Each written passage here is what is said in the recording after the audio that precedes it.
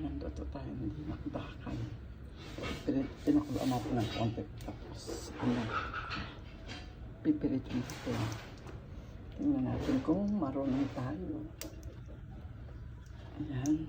Mainit na ang ating wali. Natin itong mantika. Ayan. Hintayin natin uminit.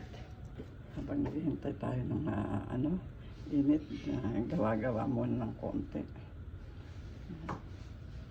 Daksin natin na ito. Ayan. Okay na. Mamaya pag mainit na, lalagay na natin yan at pakikita ko pagkatapos ng ating finished product ng dinakdak. Ayan. Habang nag-aantay na, hiwain natin itong sibuyas. Tapos ito ang ating kalamansi fresh from the farm. Ayan. Okay, hiwain na natin. Sobrang luha ang naubo sa atin mga idol. Tapos ito, sobrang cover naman tayo dito. Siyempre, magko-cover tayo. Baka tayo makulo at makakilay ko ng mantika. Dami kong luha dito sa Isa pa lang tayo, dami na. Okay. Yan ang ating atay. Ayan. Binabad din natin sa toyo, paminta. Para magkalasa, tapos ituloy natin ng konti. So, ayan naman, pinili natin na medyo hilig na talaga. Kasi sayang naman, diba? So, ito yung mga napipita natin. Ayan. Okay, hiwain mo natin to. Saka natin itupan yung atas.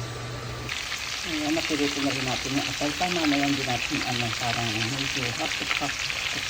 Okay, tangoin natin. Isipin dito, yung pangsigang. Nilalagyan niya. Okay.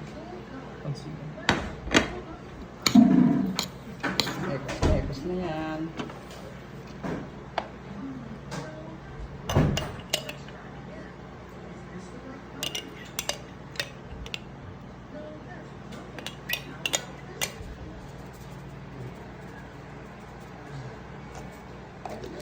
May kalamansi na anak ko.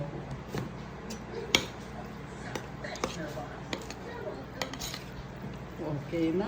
Ayan na po ang ating finished product ng dinakdakan. Okay.